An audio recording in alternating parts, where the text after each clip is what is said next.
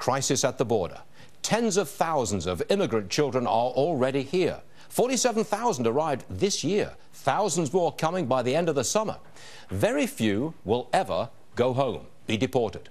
The Wall Street Journal reports a massive court backlog, and of the 3,500 ordered out last year, only 1,600 actually left. Homeland Security says we run out of money to care for them in mid-August. That's about 5 weeks away. They stay, we pay. Mary Kissel from the Wall Street Journal editorial board is here. Mary, I say this is a financial crisis. I know we disagree on the principle involved at the border, but I think we face a financial crisis here and now. And you say? I say you're whipping up hysteria, Stuart. Let's put this in perspective.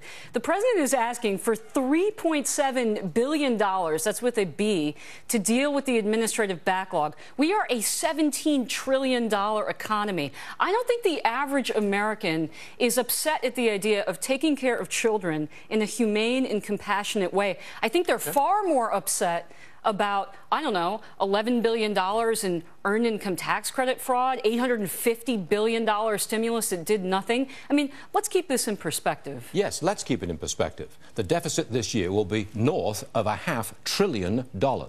The president wants $3.7 billion immediately to care for these children.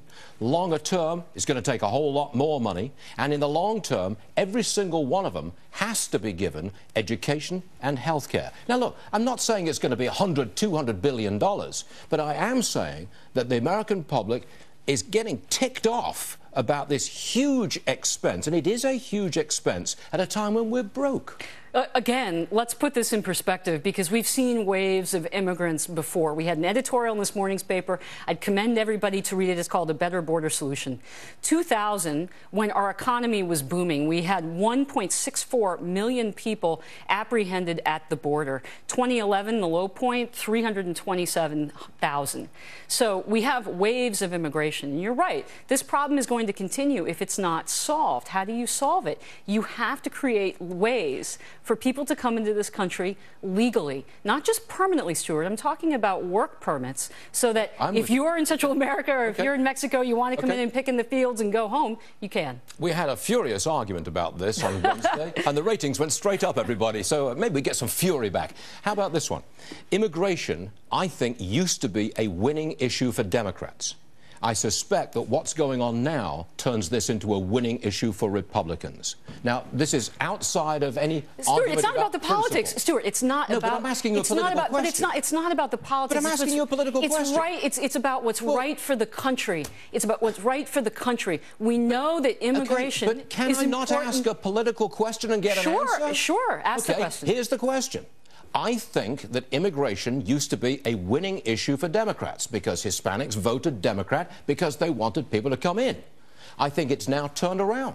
I think it's a Republican winning issue. And you say? I say that it's a winning issue for Democrats right now because they want to draw attention away from the IRS scandal, the VA scandal, the creation of a jihadist state in the Middle East. So if I'm a Democrat, I want to talk about the border crisis. I like these kids coming over the border. I like these photographs. Okay.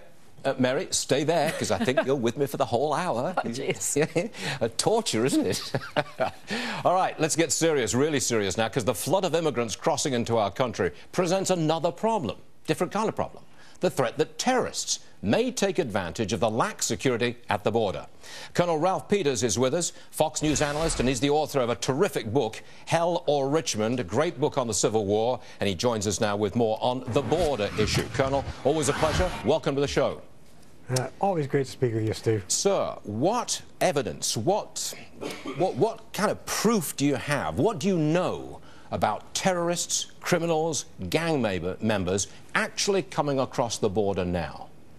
Well, we know that there are gang members, and there have been, and now we're seeing juvenile gang members, and that's information from the government. MS-13, other groups that, while not technically classified as terrorist organizations, certainly terrorize the neighborhoods in which they end up. So there are many forms of terror. But if you look at the pattern of Islamist terror specifically, it loves ungoverned spaces.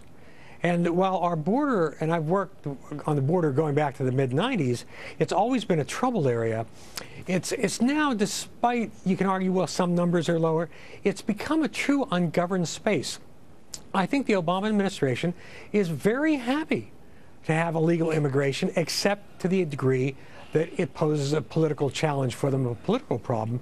But for terrorists, when you've got our Border Patrol agents and other law enforcement spending their time babysitting hordes of illegal immigrant children who do not belong here, when you've got them occupied with that, they're not looking for terrorists. They're not looking for gang members, Do you think the president is happy about this? You implied that the president wants this. Surely not. Well, you know, look, we don't know, none of us know what's going on in his head, but given his background, Bill Ayers, Reverend Wright, and his behavior, I personally believe that he doesn't like America as it's presently constituted, and he personally feels that illegal immigration is a good thing for his vision of our future. Now, back to the Islamist terrorists, though, look, they love ungoverned spaces, whether it's on our southwest border, in Syria, in Iraq, in Somalia. They thrive there. And so while there are many terrorist problems we face metastasizing under this Obama regime, not least American-born jihadis going to fight in Syria and Iraq and coming back. But the point is, you can smuggle people in much more easily. You could potentially, if they acquire them, smuggle in weapons of mass destruction. But also, it's an exfiltration route, this ungoverned space, for American jihadis that don't want us to track their behavior, want to go to Syria, Iraq, fight alongside the Islamic State, and not be followed. Colonel, there are a lot of calls to militarize the border. Put the National Guard on the border. That may or may not happen, but there are calls, strong calls, to do just that. If we did it, that puts guns on the border.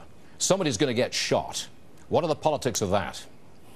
Well, the politics are terrible, but we've allowed, and to be fair, Republicans and Democrats alike have allowed this problem to degenerate to the point where there is no good answer. It's sort of like Iraq today. There's no good, clean answer here.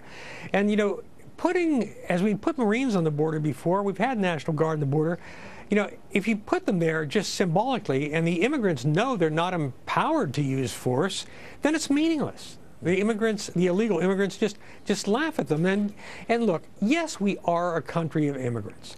Yes, we need a healthy immigration influx, but it is our right entirely to determine who comes here, how they come here, why they come here.